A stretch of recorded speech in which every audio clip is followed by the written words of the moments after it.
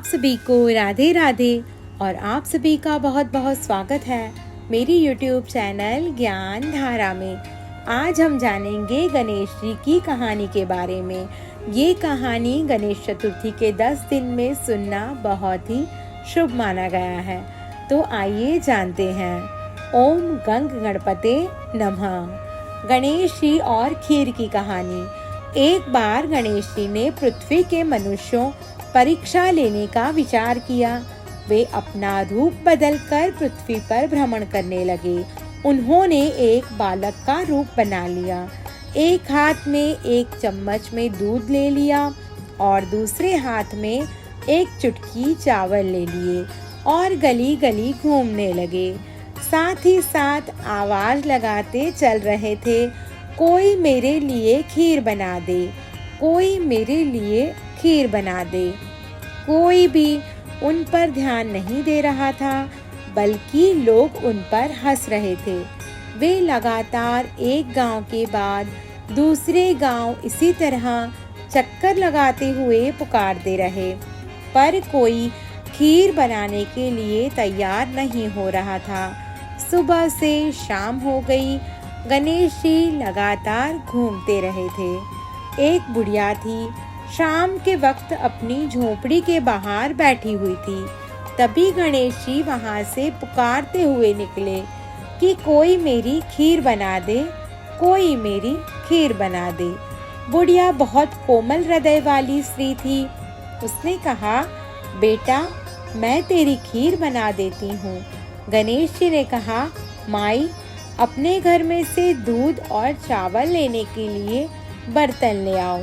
बुढ़िया एक कटोरी लेकर जब झोपड़ी बाहर आई तो गणेश जी ने कहा, अपने घर का सबसे बड़ा बर्तन लेकर आओ। बुढ़िया को थोड़ी झुंझलाहट हुई, पर उसने कहा, चलो बच्चे का मन रख लेती हूँ। और अंदर जाकर वह अपने घर सबसे बड़ा पतीला लेकर आई। गणेश जी ने चम्मच में से दूध पतीले में उड़ेलना शुरू किया। तब बुढ़िया के आश्चर्य की सीमा न रही जब उसने देखा दूध से पूरा पतीला भर गया है। एक के बाद एक वह बर्तन झोपड़ी बाहर लाती गई और उसमें गणेश जी दूध भरते चले गए। इस तरह से घर के सारे बर्तन दूध से लबालब भर गए। गणेश भगवान ने बुढ़िया से कहा, मैं स्नान करके आता हूँ, तब तक तुम खीर बना लो, मैं वापस आकर खाऊंगा। बुढ़िया ने पूछा, मैं इतनी सारी खीर का क्या करूँगी?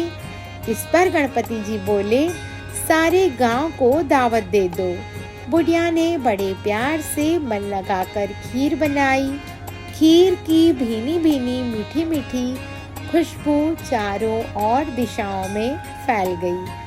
खीर बनाने के बाद वह घर में जाकर खीर खाने का न्योता देने लगी। लोग उस पर हंस रहे थे। बुढ़िया के घर में खाने को दाना नहीं और यह सारे गांव को खीर खाने की दावत दे रही है। लोगों को कुतूहल हुआ और खीर की खुशबू से लोग खींचे चले आए। लो, सारा गांव बुढ़िया के घर में इकट्ठा हो गया। जब बुढ़िया की बहू को दावत की बात मालूम हुई, तब वह सबसे पहले वहां पहुंच गई। उसने खीर से भरे पतीलों को जब देखा तो उसके मुंह में पानी आ गया। उसे बड़ी जोर से भूख लगी हुई थी। उसने एक कटोरी में खीर निकाली और दरवाजे के पीछे बैठकर खाने की तैयारी करने लगी। इसी बीच एक छींटा गिर गया और गणपति जी को भोग लग गया और वो प्रसन्न हो गए। अब पूरे गांव को खाने की दावत देकर बुढ़िया वापस अपने घर आई तो उसने देखा बालक वापस आ गया था। बुढ़िया ने कहा, बेटा खीर तैयार है, भोग लगा लो। गणपति जी बोले, माँ भोग तो लग चुका है, मेरा पेट पूरी तरह से भर गया है, मैं तृप्त हूँ। अब तू खा, अपने परिवार और गांव वालों को खिला। बुढ़िया ने कहा, यह तो बहुत ज़्यादा है, सबका पेट भर जाएगा। इसके बाद भी यह बच जाएगी। उस बची खीर का मैं क्या करूँगी? इस पर गणेश जी बोले, उस बची खीर को रात में अपने घर के चारों कोनों में रख देना। और बुढ़िया ने ऐसा ही किया। जब सारा गांव जी भरकर खा चुका, तब भी ढेर सारी खीर बच गई थी।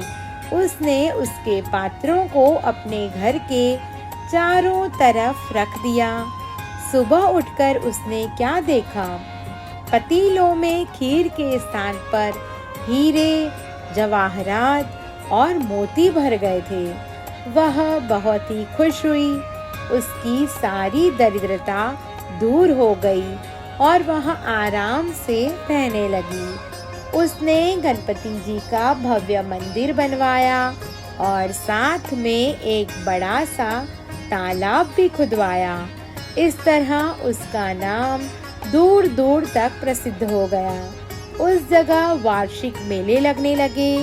लोग गणेश जी की कृपा प्राप्त करने के लिए उस स्थान पर पूजा करने और मान्यताएं मानने के लिए आने लगे। गणेश जी सबकी मनोकामनाएं पूरी करने लगे। कहानी के अंत में वही मैं आज भी यही शुभकामनाएं दे रही हूँ। कहते को, सुनते को, हुंकारे भरते को। जैसी कृपा गणेश भगवान ने बुढ़िया पर की, वैसी कृपा हम सब पर भी बनाए रखना। ओम गंग गणपते नमः। गणपति बाप्पा मोरया। आप सभी को मेरी ये वीडियो पसंद आई हो तो मेरा YouTube चैनल ज्ञान धारा को लाइक, शेयर और सब्सक्राइब करना ना भूलें।